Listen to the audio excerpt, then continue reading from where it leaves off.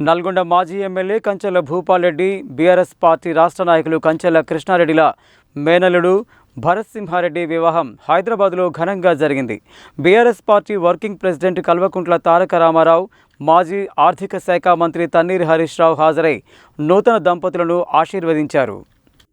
బుధవారం హైదరాబాద్లోని తుర్కయాంజల్ పరిణయ కన్వెన్షన్ హాల్లో జరిగిన బీఆర్ఎస్ పార్టీ రాష్ట్ర నాయకులు కంచెల కృష్ణారెడ్డి, నల్గొండ మాజీ శాసనసభ్యులు కంచెల భూపాల్రెడ్డిల మేనల్లుడు భరత్ సింహారెడ్డి వివాహానికి BRS party working president Kalvakuntla Taraka Rama Rao, మాజీ ఆర్థిక శాఖ మంత్రి తన్నీర్ హరీష్ రావు, మాజీ విద్యుత్ శాఖ మంత్రి గుంటకండ్ల జగదీష్ రెడ్డి,